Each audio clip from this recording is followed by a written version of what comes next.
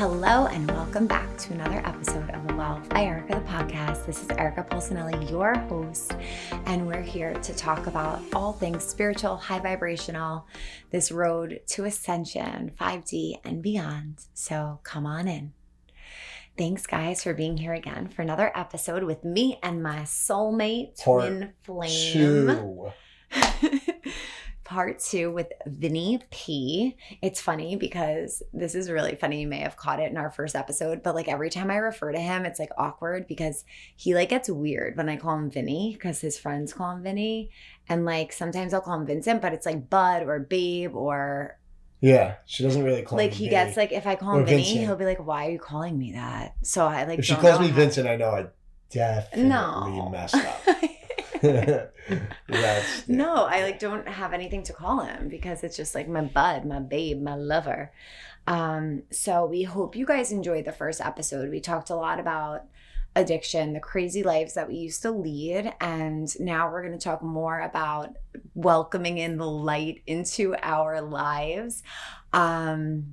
So around 2017, right before we got married, May, I decided to go plant-based, and I cut all meat and dairy out of my diet. And I was like, oh, maybe I'll just do this like right before my wedding, be really clear and just like feel really good. But also this driving force within me was like being in ultimate health because I always had health anxiety, as you guys know. So I was kind of at like this crossroad of like, let me be really healthy. I was having panic attacks. I was like pre-hypertension, really going to the doctor. All right. I mean, I just think it was more of like a spiritual awakening. Yeah. Duh. Okay, you could put the words in my mouth. Sure. I was going to go with like, she was literally freaking out every single day about something else. Like, oh my God, I feel this pain in my back. Do you think I'm going to have a seizure? Okay, don't put any negativity out there though and say something. This is what I'm talking about.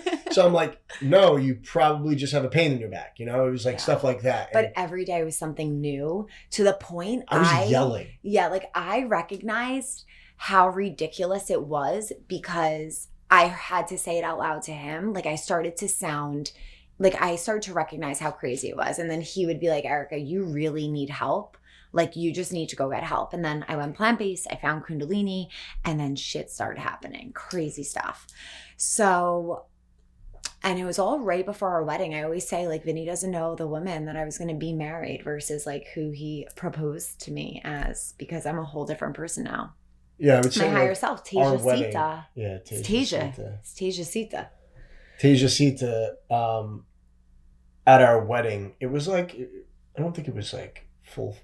No, you weren't Kundalini deep at... No. Kundalini off the deep end at our... Deep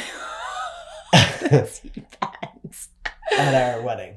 No, but I just started. I started practicing. Yeah. A little, I think. Yeah, she was starting to get a little woo-woo, you know, like my parents, her parents were like, oh, what church you getting married at? And we were like...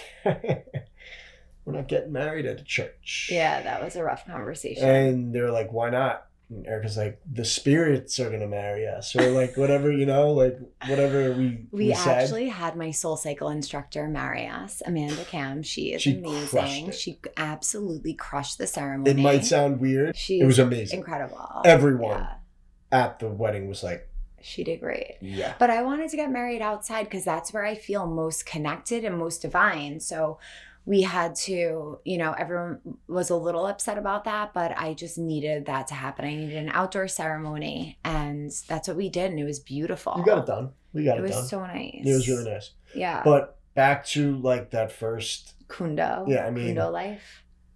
The cliffhanger.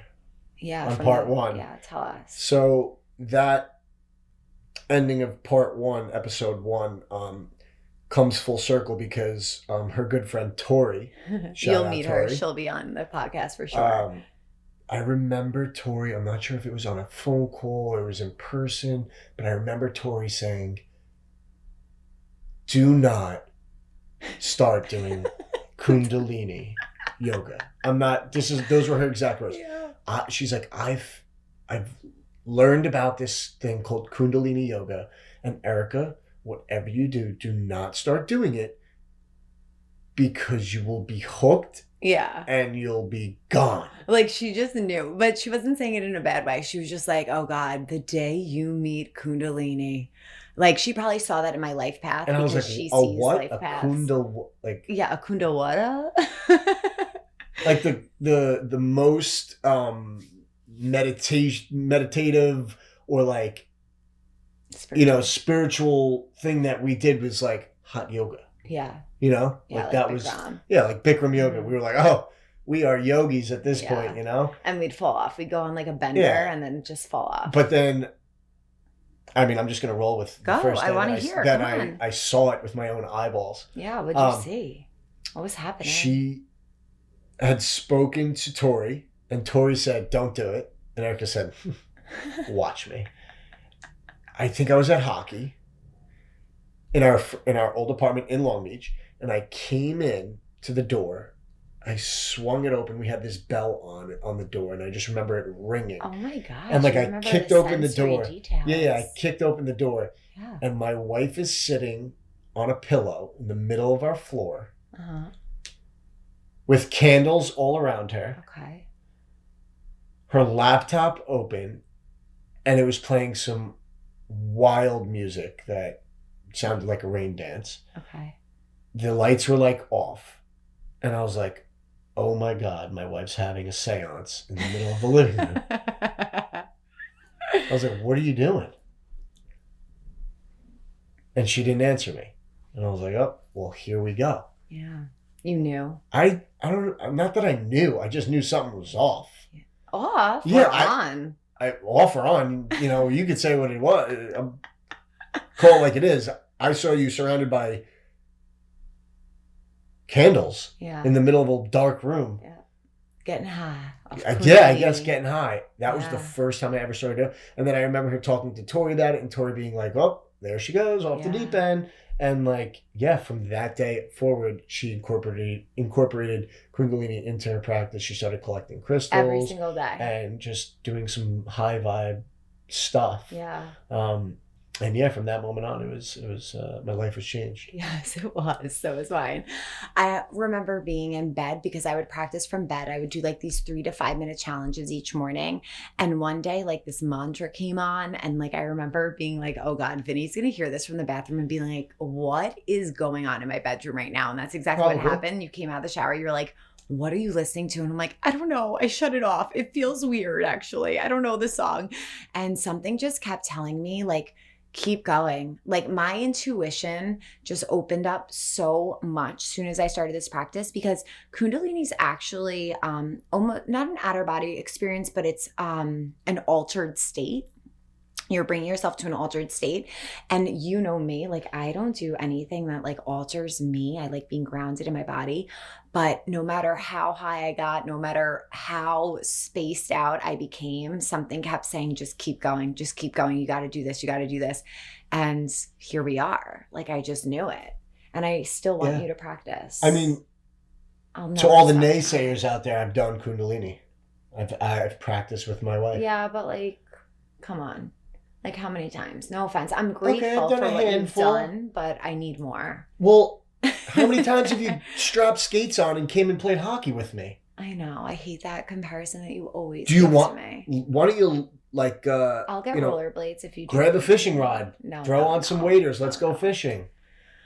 Oh, okay. We're not going to get into that. Okay, well, I'm just saying, like, that's my comparison. That's how because you feel. Yeah, that's fine. Like, honestly, you come to my hockey games once in a while. Like, I practice Kundalini with you once in a while. Once in a blue moon. It's just not my thing. I get it.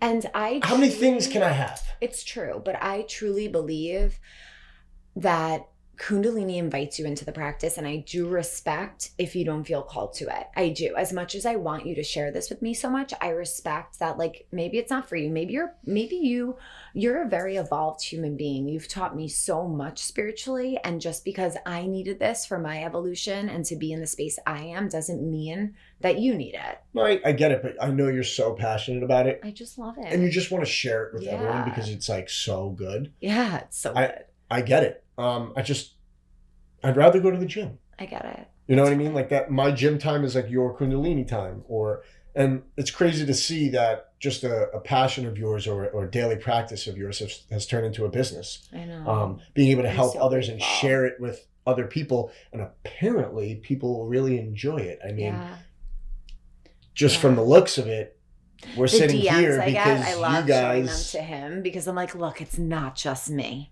Other people needed this. I told you. It's really reassuring because sometimes I'm like, How did just you like? just so you know, her Spotify playlist, No, my hours. her Spotify hours, I think she's in like the top 1% of the universe because she literally plays mantra sleep loops all night long. Yeah, while you sleep, a high vibrational sleep. Yeah, I mean, and you're benefiting from that. So I'm benefiting from it, but I'm just saying, like, if you polled the United States of how many people play mantra while you sleep, not many. We're on the way. So let me ask you, how was it? Like, what was going through your mind as like I started getting like, you know, when I started doing this, we didn't know a lot of people. Like, it wasn't like post-COVID or COVID times where like a lot of people were turning to meditation and spirituality. Like now so many more people are open. When I was doing it, like it was really not part of like our circle really. Like, how did you feel? I know still to this day, you get like embarrassed of me when I like talk to your dad and tell him like all the freaky things I do. You can put it that way. But like, just to backtrack there, like when you started this, you were a teacher. Yeah. You know what I mean? So like, this was just a passion. This was just like a hobby. Just like a little hobby. I mean, it was. That's how it started. Yeah. It was a hobby. It was a passion. It was something you enjoyed talking about with your friends. And as you continued to do it, you would, you know, grab a friend here, grab a friend there, you know, show it to this person. And like slowly people were like, oh, I want to do that too. And then like the biggest thing that I think has attracted other people is the feeling of the blissful feeling you get from doing yoga, but also the manifesting of literally everything in our life is people see that. Yeah. Like she has a journal like this thick and every single thing you've written down in this journal has come true. Yeah. Actually, a client was over, a friend and a client was over, and he said he saw that she had a journal with her, and he was like, you know that everything you write in there is going to come true, right? And she like laughed, and she was like, well, yeah, that's like the plan. I'm like, no, and but he's like, no, really. That journal has that is right there. journal. Like, it's the same journal. My wife has the same one. It's literally everything you write's going to come true because that's what happens to her. And I was like, that's so cute. Pages and pages and books of stuff that she's written down that have all come true. And when you write it down and you put it into existence, it comes true. Yeah. Like, what was the first thing that doesn't become a dream anymore? It becomes a goal. Right. What was the first thing that we manifested that you think like you know, like because of our practice, right? My home. Isn't that wild? Our home. Yeah, that 100%. was a wild experience. Like we were looking at homes for so long. And all I wanted to do was build a home. And Vinny was like, we don't have money to build a home. This is our first home. She's like writing down like the color marble she wants in like the bathroom and the kitchen, type of wood she wants on the floor. I'm like, if we walk into some random house and it's all there and we're checking, I mean, that's crazy. And what happened? And we one-upped it by finding a home where someone let us finish it the way we wanted to finish it and checked every box off. That was wild. Yeah. And after that, I was like, maybe this is real. We had the #1 realtor in Long Beach. Tell us it was impossible. Tell her, shout out to that. Yeah. We're not going to say her name. We forgot her name, actually. Yeah. She's not on our vibration. Yeah. That woman met us. And Erica said, well, I want this, this, this, and this. And she said, honey, you ain't got a shot in hell. Yeah. And that was the last time we spoke to her. I looked at Vinny. I was like, this realtor is not for us. She doesn't know. And I was like, well, she's not wrong. Like, you're asking for like, you know, a laundry list of things that you want in a home. She's like, you get what you get and you don't get upset. And Erica's like, Yep. And Next. I only wanted to live on like 6 blocks on a specific side of the block. It was very specific. So she was like, you have no shot. And She we literally looked at each said, other and "Honey, we were like, you ain't this got a lady's shot not in for hell." us. She doesn't understand how we work. Because never settle for that. I always tell Vinny, like, no matter what, everything's figure outable. And like, you can Well find said. a way to get whatever the hell it is you want. Never settle. Don't ever take no for an answer. Agree. Like, that gives me more freaking motivation. When someone tells me no, I'm like, yeah, okay, watch me. Watch me work. I think I do that often as well. Yeah, we Like- both live by that. Totally. Like, oh no, you can't have that. Like, Yeah. yes, I can. Yeah, do you know who I am? Yeah. I'm a major manifester. I do kundo every day. I'm like, Vinny loves Erica, when call I it gotta, kundo. I need a few things. Gotta write them down in your journal. Yeah. I need a few things to be manifested. Please help me out. She's No, like, you don't ask me that. No, I enough. know, but I'm just wish I saying, did. like- I wish you did. No, but I'm- my family will call me and be like, we need this to happen. Like, I'm a witch. You got to write this down in your journal. We need this to happen. I'm like, all right, I'll work on it. But you could do this too, right? It's not just me. Like, anyone can do this. and the DMs and the emails that you get You love those. are literally proof of what you do and how you do it and how you teach people, because the DMs speak for themselves. It's absolutely incredible the way people talk about you and your business and the everything you do. practice. Yeah. It's life-changing. So while we were getting married, first of all, getting married to you was like the best energy shift ever in my life, because you're just like an amazing, like, I think you're the best Love you person in for the that. world. You Love know you for that. that. Like, you're like the coolest. And you're just like really Oh, awesome. Like, you're God, just making me like, blush. you're so cool, and you're just like really so supportive, and you're so present. And that's something I was never able to be. So I admired like how present you just are in life. And without that, you would have never been able to allow me to take the risk I did by leaving my job That was a big and one. pursuing my dreams. Like, you believe in Kundalini, you believe in me, and you believe in the universe, and you just live in the here and now, and knew that, like, we'll take it day by day, go after it, do it. But like, I don't know, like, how did you feel while this whole process was evolving? Like, I remember telling you I was going to Kundalini training on the couch downstairs. I'm like, don't worry, I'm not going to teach Kundalini.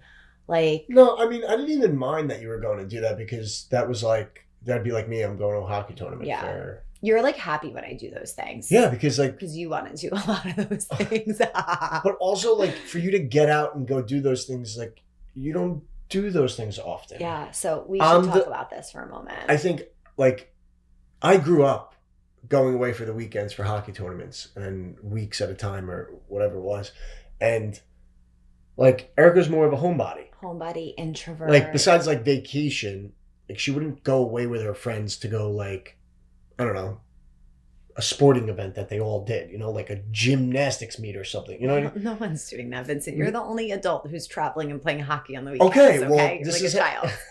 I love you, but no one's Okay, going to gymnastic meets at 33 years old. Okay, fair. But I'm just saying you don't go away with your girls and just go like party for the weekend. That's just not what you do. No, I get homesick. I like being with Yeah, you. You that's- feel like home to me, and like my mom, and I Yeah. just like being at home. I get it. I do. But But you that's what I was gonna say. Like, I'm very you went to much an Kundalini introvert. training. You went to Kundalini Yeah. training. That was stepping out of the box. Oh, you definitely. You went and it was like every day. It was like Friday, Saturday, Sunday, I believe, for like how many months? No, Saturday and Sunday for 9 to 10 months, once to twice a month. Okay, so Yeah. I mean, it was a big ask. It was Yeah. like a definite Yeah, big ask. a commitment. It was a big commitment. So she did it, and when she was wearing a turban a lot. a lot often, Yeah, and I and was like like, dressing in all white. He was just what like, is what going is this? on? Why are you wearing like a headpiece? Like, because it's not traditional, American culture to walk around and the with like things a that they headpiece on. do in training, she would come home and tell me. I'm like, what? That Like, is- what? You sat there for 4 hours chanting Yeah. or holding your arm up Yeah. like this Yep. Yep. Yeah. for however Hours long, at a like time. hours. Like I know. that was I miss those. that was a lot of days. work, Yeah.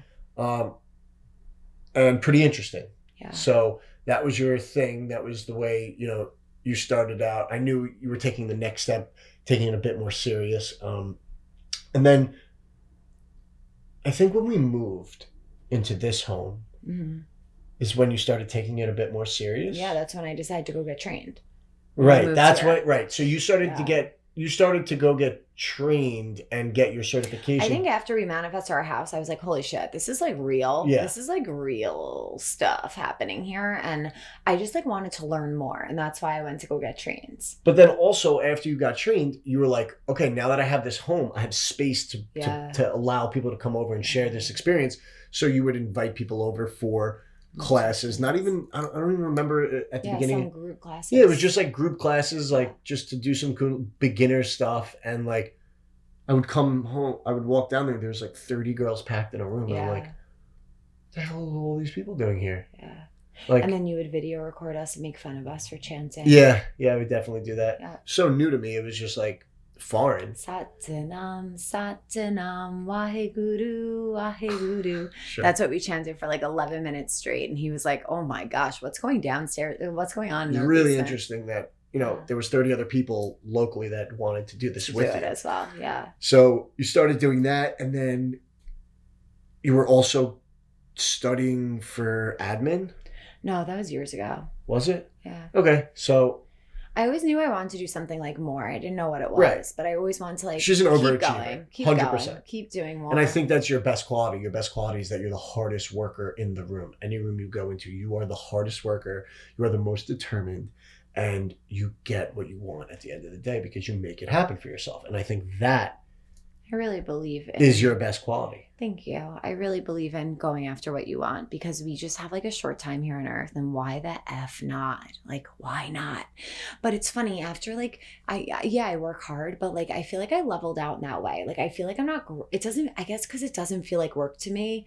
Like, I don't know. I think it's both. Like, it doesn't feel like work to me, so I don't feel like I work that hard now. Whereas like when I was teaching, I was going for admin, I was tutoring for hours. Like, that was hard work. Now it's like I do what I love, and I take a lot of time for me now as well, because in order to do what I love, I need to give back to myself so I can really hold space for other people. But I just remember the days, like it's very easy to forget, like the beginning days of this whole thing.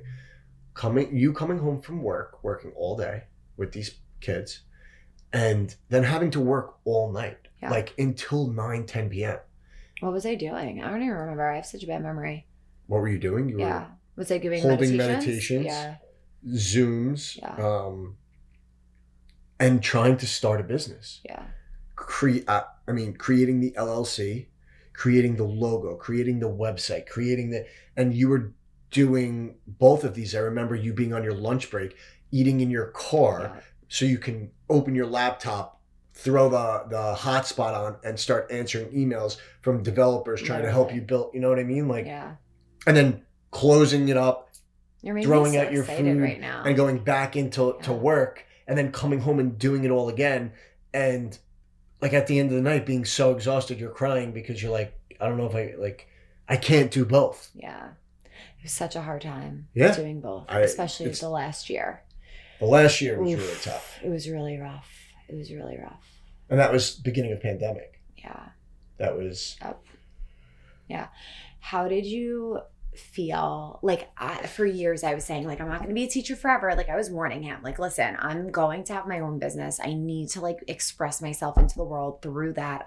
I'm such a passionate person. That's what I always said to like my parents. I'm such a passionate person. I have to wake up and be passionate about what I do every day because I have so much passion within me. Like, I just need to have my own business or my own thing. How did you feel when it was like finally time to just quit the job, go into Evolve full speed? I didn't have a single doubt in my mind. I would tell you every day, like, you're gonna quit because I couldn't listen to you bitch a whole nother year. Yeah, the last year was really rough because I told you guys through the podcast, like, it was out of alignment to stay for as long as I did. But not really. It had to happen. I know. That way. No, I know. But it felt like I just knew the end result and I lost patience towards the end. And then I started acting in a way that like isn't me. Like, I don't bitch about anything. I don't complain about anything. And when the time came, like, it was divine timing. We did it. And we got pushback from everyone. Our family was freaking out. Like, no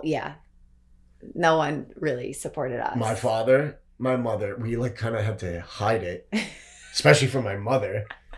She said, Erica didn't quit, right? No, she's at work. She's busy all day. She's like, your father, who basically like lived for my job. He was so happy. Like literally like groomed you to like be able to do this, you know, like he set you up on the right path to go do this.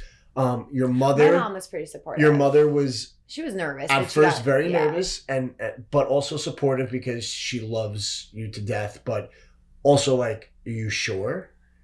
Is your husband on board? Then if you guys are on board, then you got to do what you got to do what you got to do. And she was a big part of you making the move that you did. Yeah. And then having a sit down with my father, and him being like, you took care of that. I skipped out on that meeting. Yeah, he was like, she's what? You know, she has like benefits, right? Like those benefits. Who's gonna pay for it? I'm like, Dad, she's got it. Let's just watch this happen. Yeah. And she literally did it. We're doing it. We're in the process. We're doing it, every but like day, she did. The first year. It was a good first year. And it's continuing. It was a good first year, but because it's passion, it's like the hardest you've ever worked. But it's also just like a knowing and truth and passion, and like I know what this could give to people, and I'm so excited of where it's going to go. We have big plans. People want to know like your role in Evolve. I would say my role was no, still is. Like, what is your role? To get it off the ground. To get it off the ground, I would say that I was doing a lot of the back end work. I have like a background in art. I have a background in art too. So I would say that all the LLC stuff, all the paperwork, you know, creating our logo, our brand we did together, but like the website, merch, and just bring a lot of ideas to the table. And like all the things I don't have patience for, you always help me with. Correct. Like technical things, or like I'm really bad at like researching something and finding something with like a good review. Like if I need something, I want someone to just be like, this is the best one. And he'll do all of that stuff for me. Right. He's really good at that. All the lighting equipment, all the video equipment, all that stuff.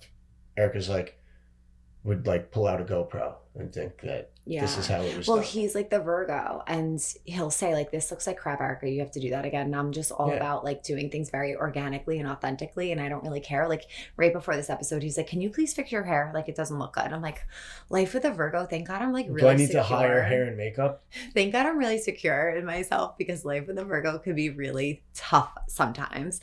But I also wanted to ask you, I just lost my thought. Well, so I was doing a lot of the back end work. You were kind of doing the front end work and answering all the emails and stuff. You helped with that. Yeah. Photography, pictures, like there's, you know.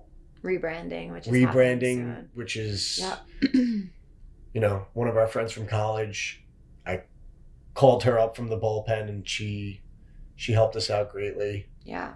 So you're a big support. Yeah. I mean, you know, how do you she's think, the face. This is what I wanted to ask you. How none of this would be possible without you. You help so much, and like you've helped me heal so much generational stuff that I've been holding on to, because you're such like a pure spirit. Like you just like would never, I don't know, you're just so pure and kind, and like you would never say anything badly about someone. You're just so like pure. I don't know how else to say it. And that has guided my soul to just shed so much of what I've been holding. But how do you think me practicing Kundalini has changed our life and relationship? I think it has grounded you. In what way? You were kind of all over the place, meaning you had a lot of worrying. You did a lot of worrying about the future and like how to like live your day-to-day life without, you know, is this gonna happen to me? Is it like trying to control everything? And practicing Kundalini has helped you let go of that control. Totally. And understand that it's okay to let go of that, because everything is going to be okay. Yeah. And that's not easy for someone to do, especially someone that was in position like you were in.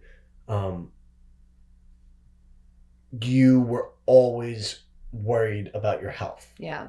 Like specifically about your health. Mm-hmm. Like, about anything but really yeah, my health. Yeah. it was really about your health. Yeah. And you couldn't like just give up control of that. Yeah.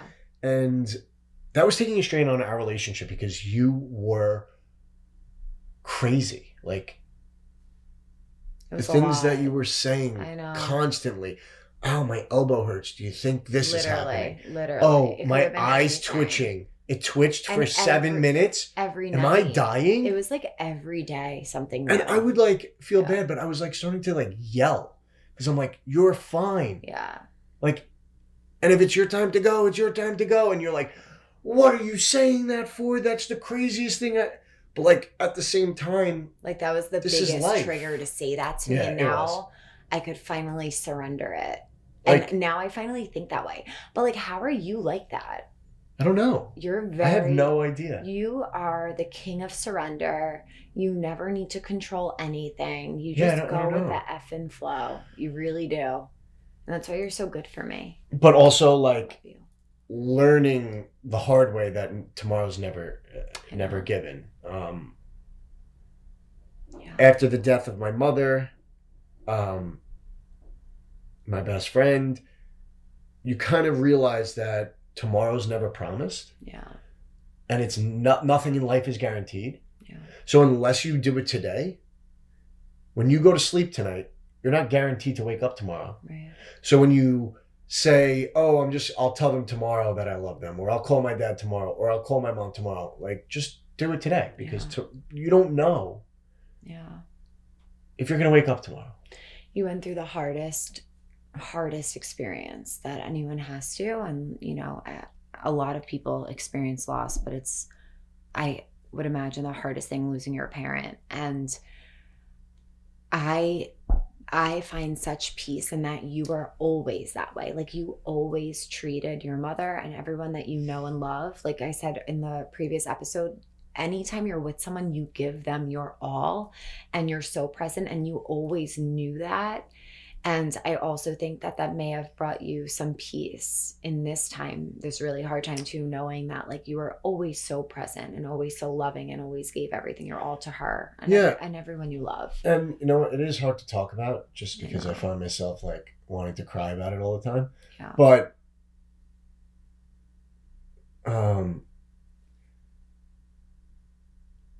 I think that me being sober through this whole experience, Yeah. and unfortunately, besides the fact of me being sober, unfortunately, knowing a few close friends that have lost their parents Yeah. in similar fashions, Very close friends. like my best friends,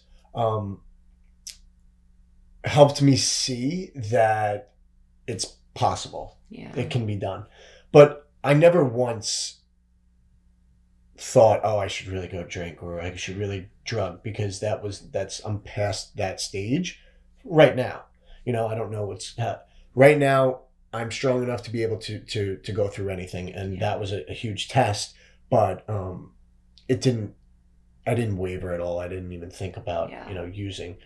But that whole situation, I'm not sure if I ever really dealt with it the right way. I'm not sure if there is a right or a wrong way. I know.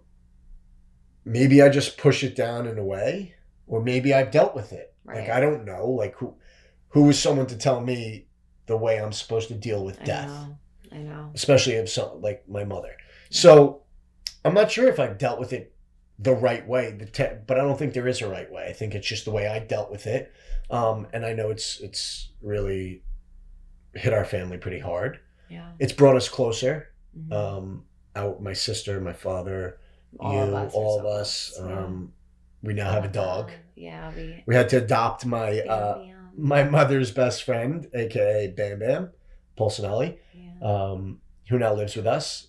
So, you know, good things have come from a sad situation, but staying sober through that and having a support group like you, my sister, her fiance, my dad, Brett, you know, Pat, Mark, all these guys looking out for me and my sobriety, it helps. I can't tell you how many people said to me after your mom passed, like, I'm so worried about Vinny and like bringing up your past. And like that to me, like I assured everyone, I'm like, no, Vinny is in such a solid space that I knew the most earth shattering experience that you could have as a human being, losing your mom, who was your everything and still is, wouldn't even question your sobriety because of all the work you've done and the place that you have come to. And guys, let me just tell you, that is such a huge, it's just so powerful, because you heard in the previous episode like where he was, and then thinking about where he is now, and even something so tragic, very, very, very tragic, could not even really come in between him and his sobriety. We've experienced these really beautiful signs from her, and it's just like a wink knowing that she's there, I and agree. she's with us. And I think also helping me get through the situation, helping us, is my family. I have a really, really close family. My dad has 3 brothers, and all my cousins were very, very close. Very close. And they're mostly girls, actually. But I do have 2 male cousins that I could call right now, and they would drop exactly what they were doing, fly from any part of the country to be with me right now if I needed it. So that helps me also, because they were a huge support. All my cousins were a huge support. My aunts, my uncles. It's awesome knowing that I have family like that, you know. And just a crazy little thing is like one of your aunts, she'll just send me like a text message, like just randomly, just a heart, or like just thinking about you all the time. Like my mother touched people across the world. I really want to say across the world. Like, it's hard to explain, but like, she was such a love. Yeah, my mother would give you anything off of, like, she would rip her earrings out and be like, you need these. You couldn't compliment her because you know you would like have whatever it is you complimented, like immediately, if not sooner. Like, oh my God, your bag is beautiful. She'd be like, hold on. Empty it and give it to you. Yeah. Like, it didn't matter. It was like, you a very special person. Yeah. So I think my mother plays a big role in who I am and how I've progressed over life. But I think that's where we're at. Yeah. How do you feel when people when people have loss? It's like hard. Like, you don't know what's right, what's wrong. Do you like when people reach out and they're checking in on you? Oh, go ahead. Like when you get those little random text messages, I love like that. Thinking about you, I think about your mom. Like, it's okay when people bring it up to you. Okay, because sometimes like it's uncomfortable. Like, people don't know what to do with loss. It's a weird thing. I think the uncomfortable thing is like when someone's like, "Oh, sorry to hear about your mother." Like, oof, that's brutal. Or like, oh, she's such a good. Like, what are you supposed to say? I know. Thanks. Sorry. Yes. No. Like, it's like it's like a weird situation. You're supposed to start a conversation about it. Right. I don't know. How do you think that, like, how did your sobriety get to the place it is today, to be so strong in where you are?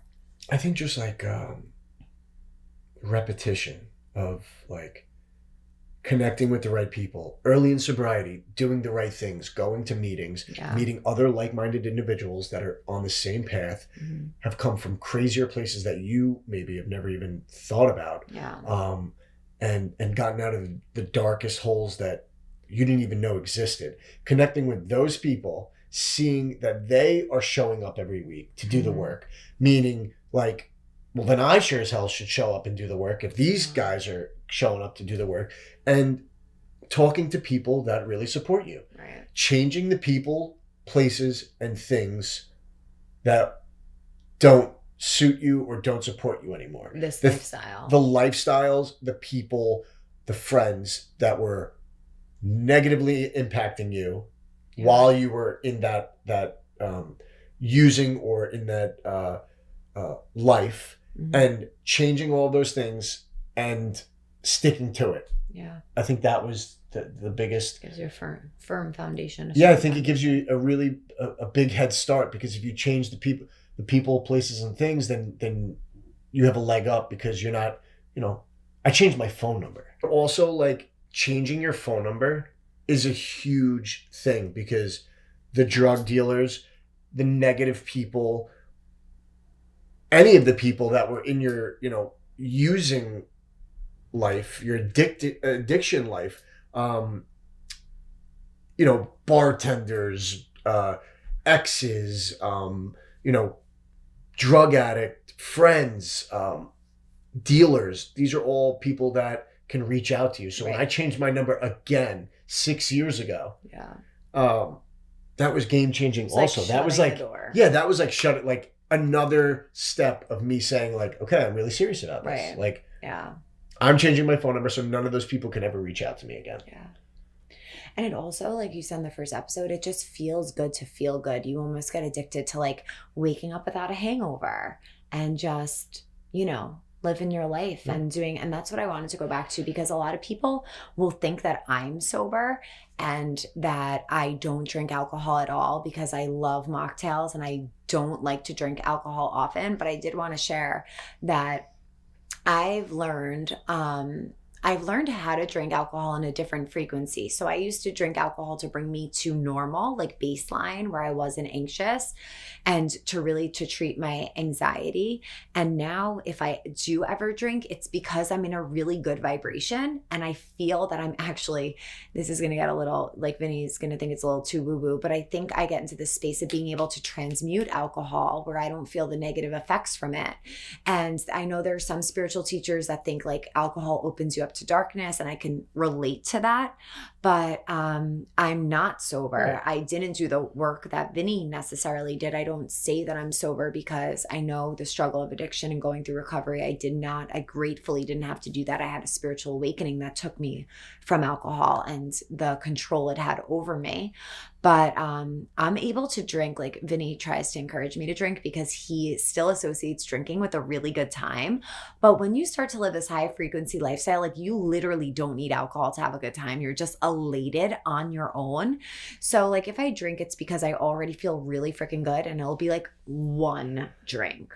Like one. Like there's, you have a glass of wine, maybe two glasses of wine once in a while. Once in a blue moon. But also she doesn't wake up with a hangover. Yeah. Because I know what to do. Yeah. Like I'll hydrate that night. If I happen to have a glass of alcohol, I'll hydrate. In the morning, I'll do chlorophyll at night. She drinks a glass of wine once in a while, maybe two. She doesn't do drugs. You don't smoke weed. You're literally doing Kundalini every day. It's like a pure body is channel.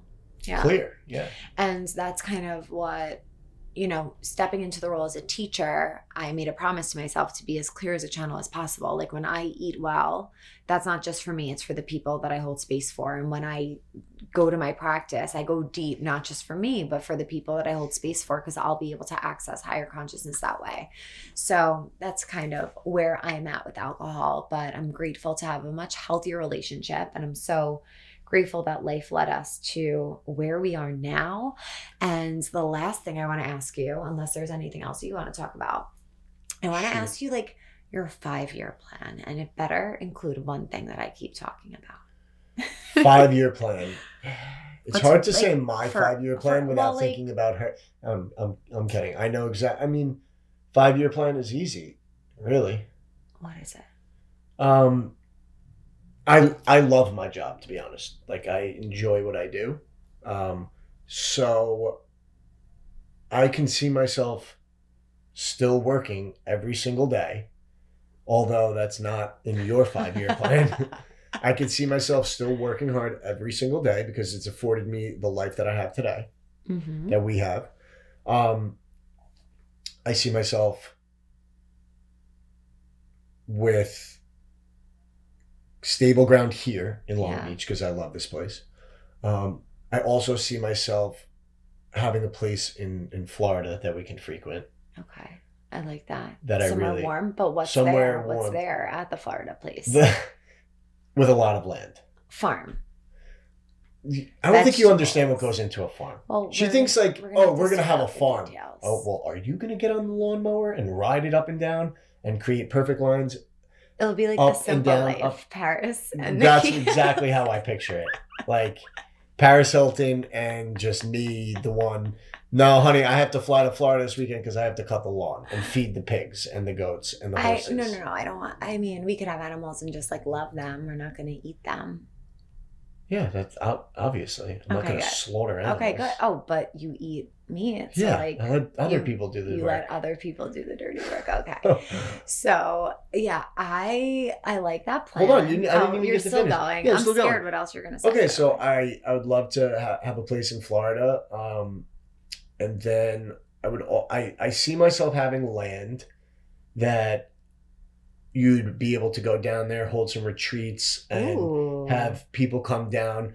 But I just don't see a farm, like farming. Like, okay, that's a problem, and we have to reconstruct your vision. Because I don't want to. Like, I don't think you understand. Like, when you say you want a farm, that means that you want me to have a farm.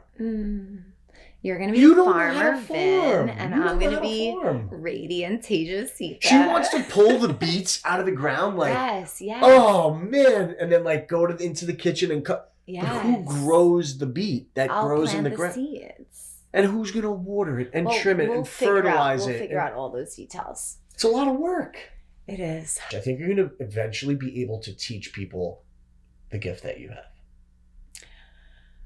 That's an interesting thing because I know a lot of people do ask me like if I will train them to teach, and something like I've thought about. We'll see. Like we'll see. I mean, this is just you. Yeah, like everything that I do is very led by a higher power, and if that's what divine is guiding me towards, then that will absolutely happen. There's absolutely no rush, and that's so cool to be in that space of just like allowing it to flow. But yeah, I definitely see us staying in Long Beach as well, but having a place that's warm where maybe like I would love a retreat center. I would love like a healing center. I love like the science behind Florida and healing. Maybe California, or like, Malibu. Yeah, or maybe even like Hawaii or. I know you keep saying it was too far for me. I can't. All right, we'll figure it out. You never know. You never know what life has. I know how far Hawaii is. A little more like exotic. We'll see. But I definitely want my own farm with all my own fresh vegetables that no one's touched and no one's put any chemicals on, that I could just grow and eat and juice and connect with them and talk to my sexy little vegetables every day. And I also envision Vinny working for Evolve.